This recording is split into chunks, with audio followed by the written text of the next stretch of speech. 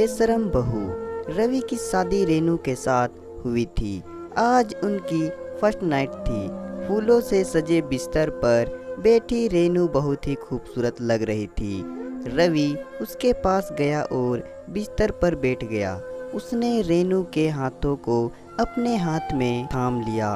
रवि ने जैसे ही यह किया, रेनू ने अपना हाथ खींच लिया।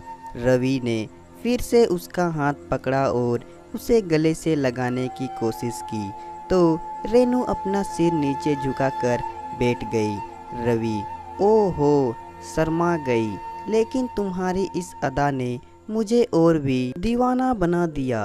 रेनू चलो अब शर्माना छोड़ो और मेरी बाहों में आ जाओ और भूल जाओ सब कुछ। रेनू जी वो रवि अरे क्या हुआ, खुलकर बोलो जो बोलना है। रवि के अनुरोध पर रेनू ने जो कहा वह उसे बहुत अटपटा लगा।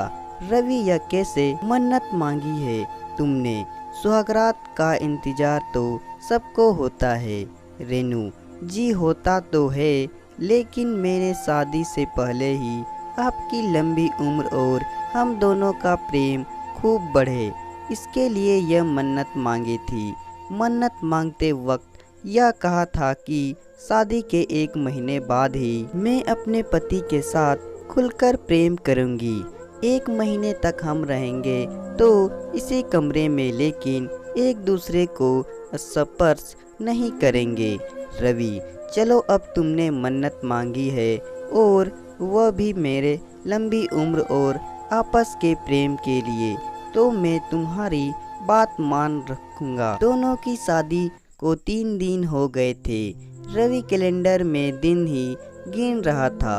एक सुबह जब रवि शेविंग कर रहा था तभी दरवाजे पर दस्तक हुई। रवि रेनू रेनू दूध वाला होगा, जरा दूध ले लो। रेनू ने दरवाजा खोला। दरवाजे पर दूध वाला ही था। रेनू ने दूध का बर्तन दूध वाले के आगे इस तरह रखा कि उसका हाथ दूध वाले के साथ से सट गया। दूध वाले ने अपना हाथ हटाना चाहा तो रेनू ने जानबूझकर उसके हाथ से अपना हाथ रगड़ना शुरू कर दिया।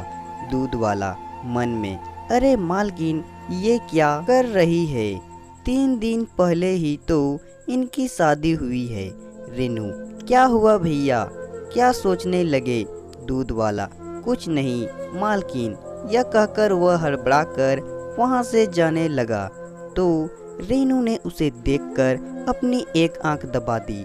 रेनू की इस हरकत से उसे जोर का झटका लगा और वह पूरे रास्ते यही सोचता गया कि रवि जी की शादी गलत लड़की से हो गई है। बताओ 2 दिन हुए शादी को और वह पराये मर्द को ना सिर्फ छू रही है बल्कि आंख भी मार रही है। छी छी, घोर कलयुग आ गया है। एक दिन जब रवि ऑफिस गया था तो कपड़े लेने के लिए धोबी उनके घर आया। धोबी मालकिन आपने कपड़े निकाल कर रखे हैं ना? कपड़े निकालकर रेनू ने यह बात इस अंदाज में कही कि धोबी रामलाल छेप गया। धोबी जब कपड़े लेकर जाने लगा तो रेनू ने उसे देखकर भी आंख मार दी। रामलाल के जहन में भी वही सब चलने लगा जो दूध वाले पंकज के जहन में चल रहा था। रेनू का यह बर्ताव धीरे धीरे मोहल्ले वालों के बीच चर्चा का विषय बन गया था। एक दिन जब रवि ऑफिस से घर लौटता तो सोसाइटी के गेट पर खड़े गार्ड ने उससे कहा, गार्ड राम राम साहब। रवि राम राम भाई। राम राम जी। गार्ड साहब वह मुझे आपसे कुछ कहना था। रवि तुम्हें फिर से पैसा चाहिए? गार्ड अरे नहीं साहब, कुछ और बात है। उसके बाद गार्ड ने रवि से जो कहा उसे सुनकर रवि का पारा 7वें स्थान पर पहुंच गया। रवि तुम पागल तो नहीं हो गए? यह होश खो दिए अपने? तुम्हें पता भी है तुम मेरी पत्नी के बारे में क्या कह रहे हो? गार्ड साहब मैं झूठ नहीं बोल रहा हूँ। आप जब ऑफिस चले जाते हैं तो मैम साहब हर दिन मुझे बुलाती है। कभी मेरा हाथ पकड़ती है और कभी आंख मारती है। रवि, देखो तुम बर्दाश्त की सीमा मत लांघो, नहीं तो मैं तुम्हारी शिकायत में सोसाइटी में कर दूंगा, तुम्हारी नौकरी चली जाएगी। यह कहकर रवि वहां से निकल गया। लेकिन कुछ दिनों बाद जब दूध वाले और धोबी ने यही बात रवि से कही तो वह सोचने पर मजबूर हो गया। रवि मन में, यह सब लोग रेनू के बारे में ऐसी बातें क्यों कर रहे हैं? मुझे तो कहा कि उसने मन्नत मांगी है, मुझे छूने तक से मना कर दिया और गैर मर्दों को वह आंखें मार रही है। मेरी गैर हाजिरी में उन्हें घर बुला रही है। नहीं नहीं, ऐसा नहीं हो सकता। लोग झूठ बोल रहे हैं, लेकिन सभी लोग झूठ क्यों बोलेंगे? क्या करूं मैं? रेनू से बात करूं क्या? नहीं नहीं, उसे बुरा लग गया तो। रवि रेनू से प्यार करता था, इसलिए उसने लोगों की बातों पर कोई ध्यान नहीं दिया। लेकिन एक बात जो उसने महसूस की वो यह थी कि रेनू किसी से घंटों फ़ोन पर बातें करती रहती है। एक बार जब उसने उससे पूछा कि वो किससे बातें कर रही थी तो उसने कहा, यहाँ पर फ़ोन पर बात करने में भी कोई पाबंदी है क्या? रवि, पाबंदी नहीं तो कोई पाबंदी नहीं रेनू, मैं अपनी दोस्त से बातें कर रही हूँ। कविता नाम है उसका, हम बेस्ट फ्रेंड है। लेकिन मेरी शादी हो गई यहाँ दिल्ली में और वह शादी करके दुबई चली गई।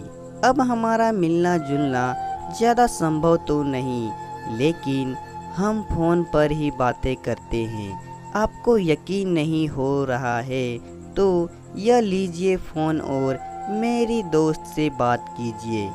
यह कहकर रेनू ने मोबाइल रवि की ओर बढ़ा दिया।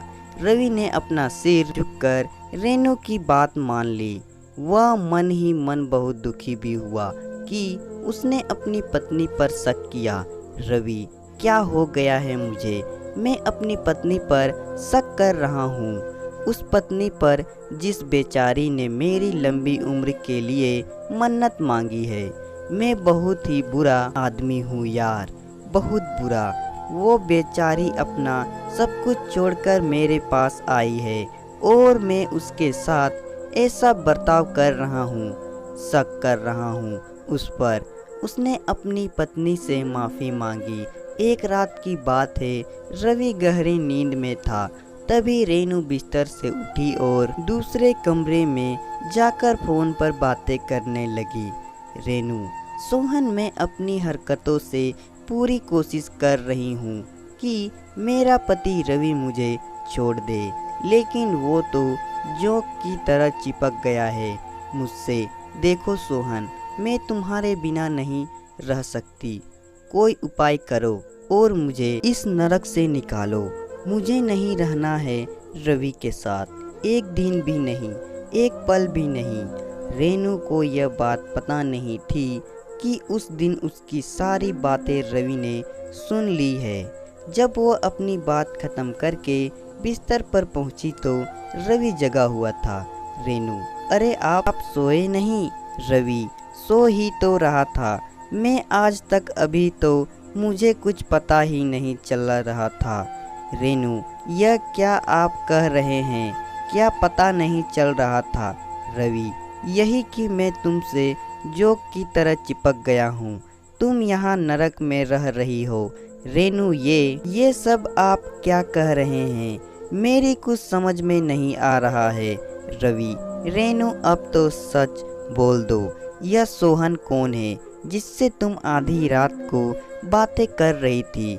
सच सच बोल दो रवि, मैं तुम्हें कुछ नहीं कहूँगा। रवि की बात सुनकर रेनू रोने लगी और रोते रोते उसने रवि से कहा, रेनू, सोहन और मैं साथ ही पढ़ते थे, हम दोनों एक दूसरे से बहुत प्यार करते थे और शादी भी करना चाहते थे। लेकिन रवि, लेकिन क्या? रेनू, मैंने यह बात अपने परिवार को बताई तो वह उखड़ गए और बेरोजगारी के बाद शादी करने साफ साफ मना कर दिया। रेनू और सोहन के प्रेम के बारे में जानकर रेनू और उसके माँ बाप ने घर में ही नज़रबंद कर दिया और अपनी बिरादरी में लड़का देखने लगे। फिर जबरदस्ती उसकी शादी रवि के साथ कर दी गई। रेनू, शादी के बाद सुहागरात को मैंने तुमसे झूठ बोला था कि मैंने कोई मन्नत मांगी है। मैं चाहती थी कि तुम मुझसे दूर रहो। यही नहीं, मैं यह भी चाहती थी कि तुम मुझे घर से निकाल दो। इसलिए मैं दूध वाले, धोबी और वॉचमैन के साथ वैसे हरकतें करने लगी। रवि, रेनू, तुम्हें मुझे पहले ही ये सच्चाई बता देनी चाहिए थी। रेनू, मैं चाहती थी बताना, लेकिन तुम मुझे इतना प्यार करते हो कि मेरी हिम्मत नहीं हुई तुमसे कुछ कहने की। रवि, रेनू, फिक्र मत करो, मैं सोहन से तुम्हारी शादी करवाऊंगा। रेनू तो यही चाहती थी, लेकिन अगले दिन रेनू के साथ ऐसा हादसा हुआ जिससे सब कुछ बदल गया। उस दिन रेनू सोहन को फोन करके यही खुशखबरी दे ही रही थी, तभी उसके घर का झूमर खुलकर उसके ऊपर गिर गया। रेनू लहूलुहान हो गई। जब रवि ने रेनू की यह हालत देखी तो तुरंत अस्पताल ले पहुंचा। डॉक्टर, आपकी पत्नी का खून बहुत बह गया है, इसे आईसीयू में एडमिट करना होगा। खून बहुत बह गया था, इसलिए डॉक्टरों को उसे ब्लड चढ़ाना था। ब्लड रवि ने ही दिया था। पूरे 1 महीने तक रेनू अस्पताल में रही। इस बीच रवि ने एक बच्चे की तरह उसका ध्यान रखा, उसे टाइम पर दवा देना, खिलाना पिलाना। जब तक वह सो नहीं जाती उसके सिरहाने बैठ रहना। 1 महीने बाद जब वह पूरी तरह ठीक होकर घर आ गई तो रवि बोला, रवि, रेनू, तुम अब पूरी तरह से ठीक हो गई हो, लेकिन तुम थोड़े दिन और आराम कर लो। उसके बाद तुम्हें जब भी सोहन के पास जाना होगा प्लीज मुझे बोल देना, मैं तुम्हें छोड़ दूंगा। रवि की बातों को सुनकर रेनू की आंखें भर आई। रेनू, रवि, तुम मुझे छोड़ दोगे किसी गैर मर्द के साथ? रवि, गैर? सोहन से तो तुम प्यार करती हो। रेनू, प्यार करती थी, वो मेरा पास्ट है और तुम मेरा फ्यूचर। 7 फेरे लिए हैं मैंने तुम्हारे साथ। मैं मानती हूँ कि मुझसे गलती हुई है, लेकिन मैं दावे के साथ कह सकती हूँ कि तुमसे ज़्यादा प्यार मुझे कोई नहीं कर सकता। Ravi, I love you Ravi, I really love you. मेरी गलती के लिए मुझे माफ़ कर दो और मेरे गले लग जाओ। रवि रेनू से बहुत प्यार करता था। जो प्यार करते हैं वह दूसरे की गलती को दिल से नहीं लगाते, बल्कि माफ़ कर देते हैं। रवि ने रेनू को माफ़ कर दिया और दोनों ने नए सिरे से अपना जीवन जीना शुरू कर दिया। तो दोस्तों, कहानी पसंद आए तो वीडियो को लाइक करें और साथ ही साथ चैनल को सब्सक्राइब भी कर दें।